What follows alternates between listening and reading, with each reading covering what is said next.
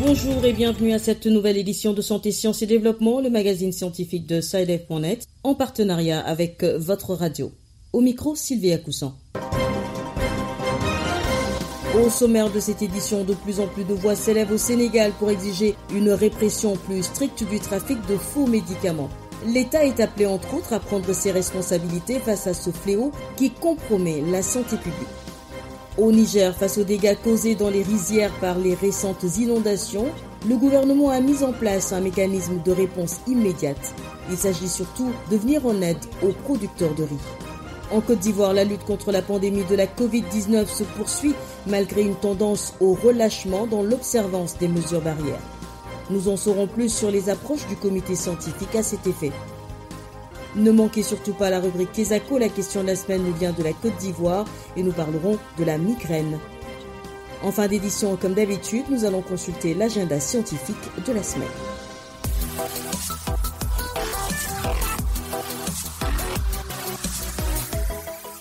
Au Sénégal, de plus en plus de voix s'élèvent pour exiger une répression plus stricte du trafic de faux médicaments.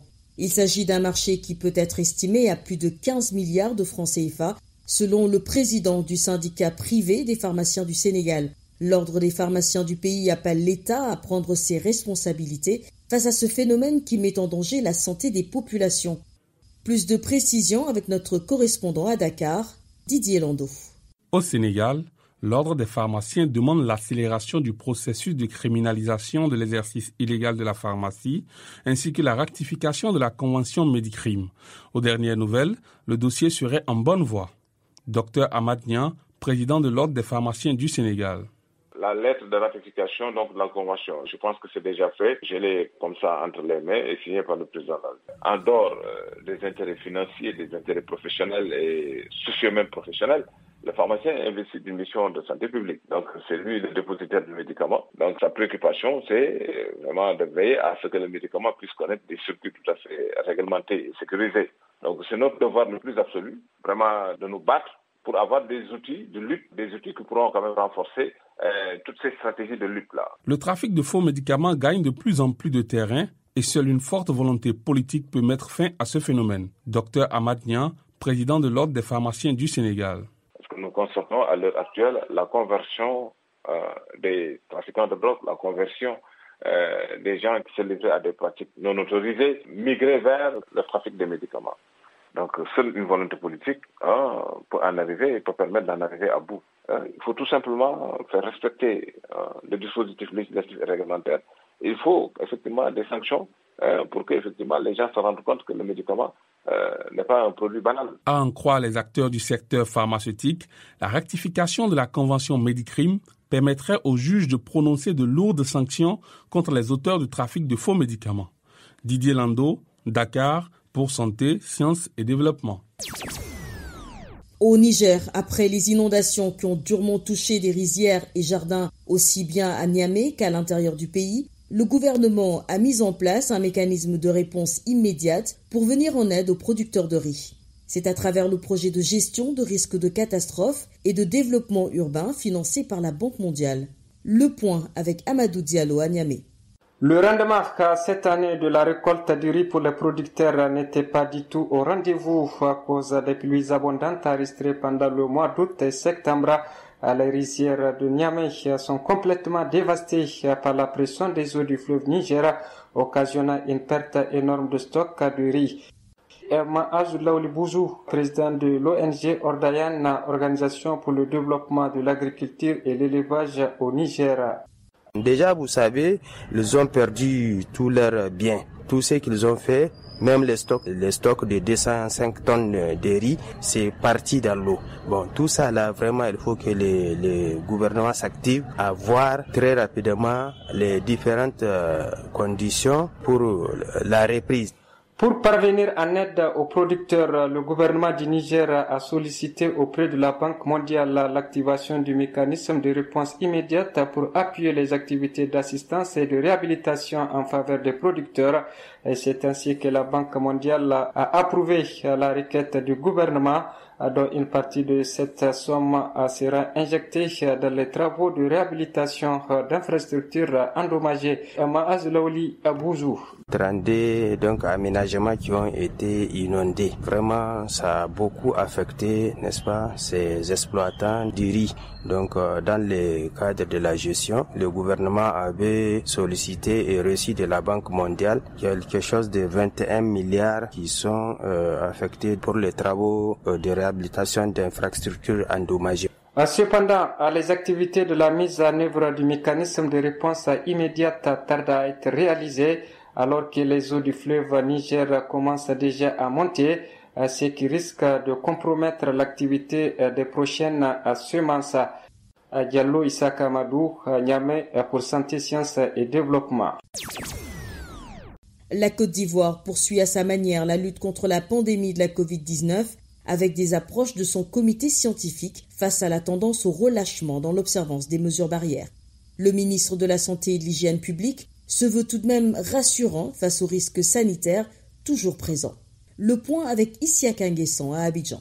Avec la recrudescence de nouvelles vagues en Europe, le Conseil scientifique ivoirien a suggéré au gouvernement de prendre de nouvelles dispositions si la barre de 5000 cas est atteinte. Dr Edith Kwasi, conseillère du ministre de la Santé et de l'Hygiène publique, soutient n'avoir pas eu connaissance de ce rapport du Conseil scientifique, mais se veut rassurante, soutenant que, je la cite, « Dieu aime la Côte d'Ivoire et l'Afrique, même si elle prévient qu'une nouvelle vague de contamination n'est pas à écarter. » Les données que nous avons sont encourageantes pour la Côte d'Ivoire. Parce que nous avons plus de 98% de taux de guérison. Nous avons moins de 1% de cas de décès. Heureusement pour nous, les formes que nous avons eues en Côte d'Ivoire, en Afrique en général, 90% sont au moins des formes non graves, soit des formes asymptomatiques ou des formes légères. Donc c'est heureux de le constater, mais la vigilance demeure. Nous étions arrivés à un taux de positivité en dessous de 4%. Mais aujourd'hui, entre la quinzaine passée et cette quinzaine, nous avons noté dans les données que nous avons communiquées qu'il y a eu une légère augmentation du nombre de nouveaux cas et du taux de positivité, qui a eu un pic à 6%.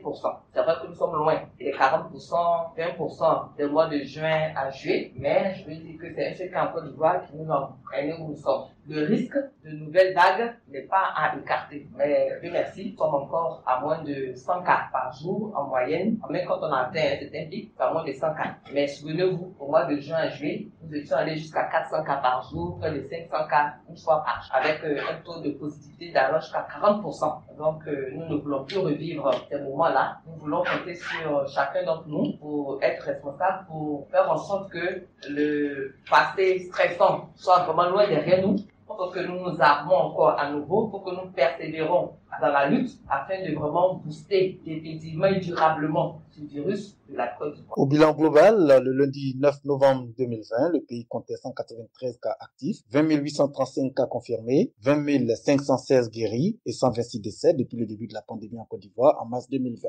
Issiaka Nguessan, Abidjan, Santé, Sciences et Développement. Merci Issiaka, mais veuillez rester en ligne puisque nous vous retrouvons dans quelques instants dans la rubrique Kesako.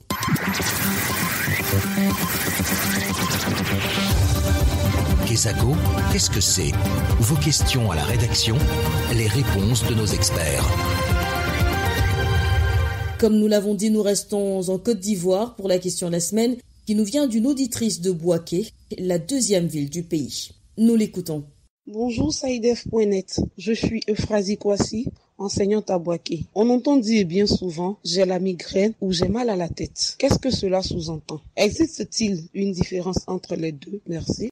Cap à nouveau sur Abidjan, où notre correspondant Issiaka Nguessan est toujours en ligne. Bonjour Issiaka. Bonjour Sylvie. Alors pour répondre à la préoccupation de l'auditrice, vous avez rencontré un spécialiste. Qui d'entre nous n'a jamais évoqué cette migraine ou ce mal de tête? Dans la rue ou des lieux de service, il est bien courant d'entendre que j'ai la migraine ou j'ai mal à la tête, surtout quand il fait très chaud. Que recouvre cette pathologie? Migraine et mal de tête sont-ils la même maladie? Pour être situé, j'ai posé la question de notre auditrice au docteur Ngwan Kwadio. Docteur Ngwan Kwadio est médecin neurologue au CHU de Yopougon à Abidjan. Pour être court et donner réponse à Madame Euphrasie Kwasi, il faut dire que les maux de tête englobent la migraine. La migraine, donc, est une maladie qui se manifeste par des maux de tête. Les céphalées ou maux de tête sont classés en deux grands groupes. Il y a les céphalées aiguës et il y a les céphalées chroniques. La migraine touche beaucoup plus la femme que l'homme. Elle peut être déclenchée par une émotion, une contrariété, un excès alimentaire, un moment particulier du cycle menstruel. On distingue la migraine sans aura et la migraine avec aura. L'aura, c'est une sensation que le malade ressent et qui prévoit l'imminence de la crise. Le diagnostic de la migraine se fait en général par un neurologue. Si vous avez des céphalées qui sont chroniques avec intensité, qui n'est pas aggravée, intensité constante, consultez un neurologue et le diagnostic sera posé. Sylvie, vous avez maintenant une meilleure perception de la migraine et du mal de tête à travers les explications médicales fournies par notre consultant, Dr Ngouan Kwadio, neurologue au CHU de Yopougon à Abidjan. Merci Isiaka, je rappelle que vous êtes notre correspondant à Abidjan, en Côte d'Ivoire. Si vous aussi vous souhaitez nous adresser une question, une seule chose à faire, appelez, écrivez ou laissez un message vocal au numéro WhatsApp suivant, le +221 78 476 87 80. Je répète, le +221 78 476 87 80. Votre question, vous pouvez aussi nous la poser par email. L'adresse email, c'est celle-ci, podcast@sidev.net. Podcast s'écrit Podcast. Et SciDev s'écrit SCIDEV.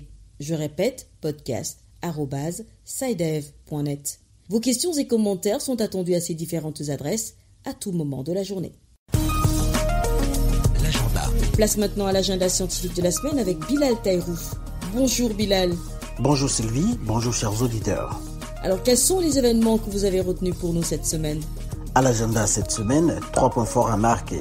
En premier lieu, il faut noter que ce 25 novembre, SciDev.net organise en partenariat avec l'UNESCO un webinaire sur le thème « La pandémie de Covid-19, quelles leçons pour le journalisme scientifique en Afrique ?» C'est donc prévu pour le 25 novembre, comme je le disais tantôt, et ce sera à partir de 11h temps universel. Les informations supplémentaires sont sur le site de l'UNESCO et sur celui de SciDev.net, à savoir le www.scidev.net. Ensuite, en seconde position cette semaine, marquons l'édition 2020 de la conférence économique africaine, organisée conjointement par la Banque africaine de développement, la BAD, la Commission économique pour l'Afrique, la CEA, et le Programme des Nations Unies pour le développement, le PNUD. Elle est prévue du 8 au 10 décembre 2020 en virtuel. Le thème de la conférence cette année est « L'Afrique après Covid-19, accélérer les progrès vers un développement durable inclusif ». La conférence permettra à des universitaires de renom et à des jeunes chercheurs de présenter aux responsables politiques et aux décideurs leurs travaux de recherche axés sur des solutions. Pour s'inscrire et participer à cette conférence, rendez-vous sur le www.africa.undp.org. Et enfin Sylvie, le troisième événement à marquer cette semaine est la conférence internationale sur l'industrie pharmaceutique et alimentaire. Une initiative de l'académique Serra qui se tiendra les 12 et 13 décembre 2020. Les inscriptions sont ouvertes jusqu'au 27 novembre et pour ce faire, envoyez un mail à l'adresse info@academicserra.com. Académique Serra s'appelle ACADEMICSERA. Donc info@academicserra.com. Voilà, ce sera tout pour cette semaine, Sylvie. Merci Bilal. Mesdames et messieurs, c'est la fin de cette édition de Santé, Sciences et Développement. Merci de l'avoir suivi. Rendez-vous la semaine prochaine, même heure, même fréquence. D'ici là, portez-vous bien. Cette émission est disponible en podcast sur le site sidev.net/fr. Cette émission a été réalisée sur financement du CRDI, le Centre de recherche pour le développement international, un organisme public canadien. Le CRDI investit dans le savoir, l'innovation et les solutions afin d'améliorer les conditions de vie dans les pays en développement.